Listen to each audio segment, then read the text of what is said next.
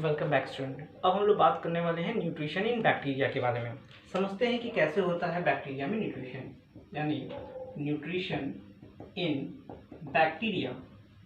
जब हम बात करते हैं न्यूट्रिशन इन बैक्टीरिया के, तो हमारे दिमाग में आना चाहिए कि न्यूट्रिशन दो तरीके से हो सकता है, ऑटोट्रॉपिक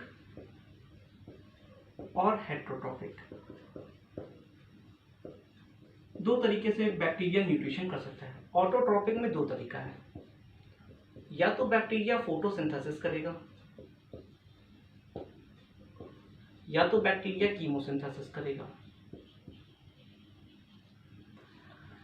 क्योंकि हम बात कर रहे हैं बैक्टीरिया की, ना कि प्लांट की, तो फोटोसिंथेसिस जो हम प्लांट में पढ़ते हैं, थोड़ा सा वो फोटोसिंथेसिस डिफरेंट होगा in the case of bacteria.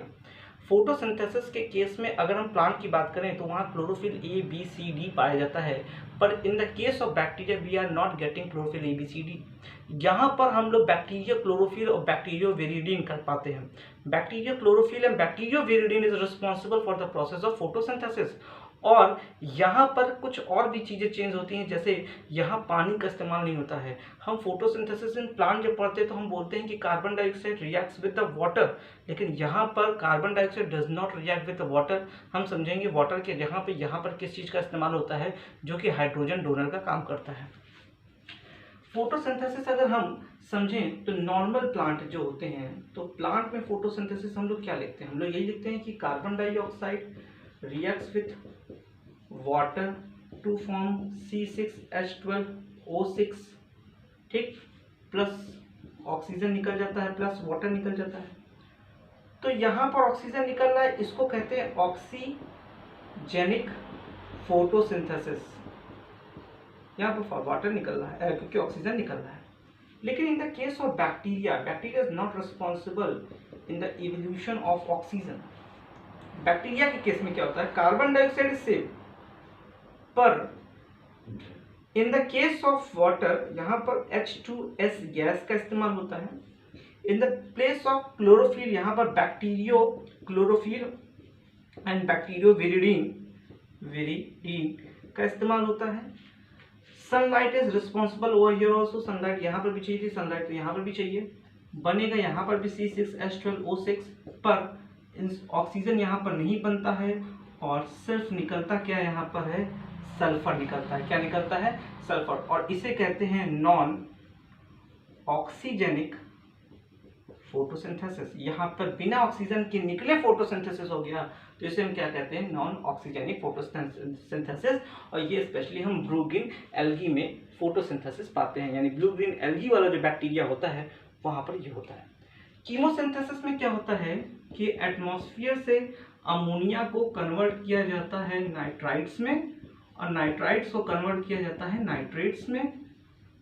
तो यहाँ पर केमिकल से खाना बन रहा है, तो इसको हम लोग कहते हैं कीमोसिंथेसिस। और ये हम लोग नॉर्मली कुछ प्लांट्स कुछ बैक्टीरिया में पाएंगे, जैसे नाइट्रोसोमोनास। एग्जाम्पल यहाँ पर अगर हमसे कोई पूछे तो हम बता सकते हैं नाइट्रोसोमोनास।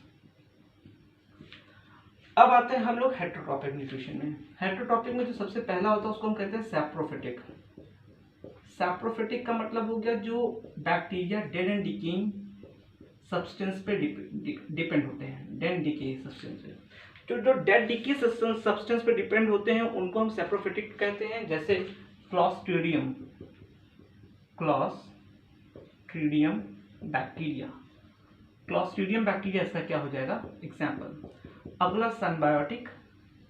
सिम्बायोटिक का मतलब क्या होता है, सिम्बायोटिक मतलब होता है कि बैक्टीरिया जिस भी होस्ट पे डिपेंडेंट होगा, वो होस्ट और बैक्टीरिया दोनों लोग आपस में एक दूसरे के इंटरडिपेंडेंट होंगे। जैसे अगर हम लोग बात करें तो कुछ बैक्टीरिया जैसे राइजोबियम वो डिपेंड होता है लेगुमिनस प्लांट पे, लेगुमिनस प्लांट। तो लेगुमिनस प्लांट क्या करता है, इनको शेल्टर दे रहा है, वाटर दे रहा है, फूड दे रहा है। वहीं बैक्टीरिया किस पे डिपेंड हो जाते हैं, राइजोबियम यानी लेगुमिनस प्लांट। और ये बैक्टीरिया किस में हेल्प करते हैं, नाइट्रोजन फिक्सेशन में, नाइट्रोजन फिक्सेशन। तो दोनों लोग आपस में क्या है, एक दूसरे के इंटरडिपेंडेंट हो गए। लास्ट केस हम लोग पढ़ सकते हैं पैरासिटिक। पैरासिटिक का मतलब हो गया वह बैक्टीरिया जो लिविंग ऑर्गेनिज्म पे डिपेंड हो। लिविंग ऑर्गेनिज्म पे अगर डिपेंड हो रहे हैं बैक्टीरिया, तो इसका मतलब उनका पूरा पूरा होस्ट कौन हो गया, लिविंग ऑर्गेनिज्म हो गया। और जितने भी डिजीज कॉजिंग, जैसे विब्रियो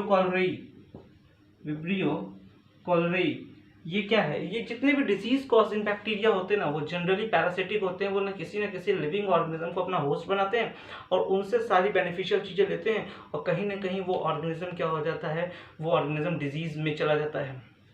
तो ये बातें हुई कि न्यूट्रिशन इन बैक्टीरिया किस तरीके से होता है। Thank you.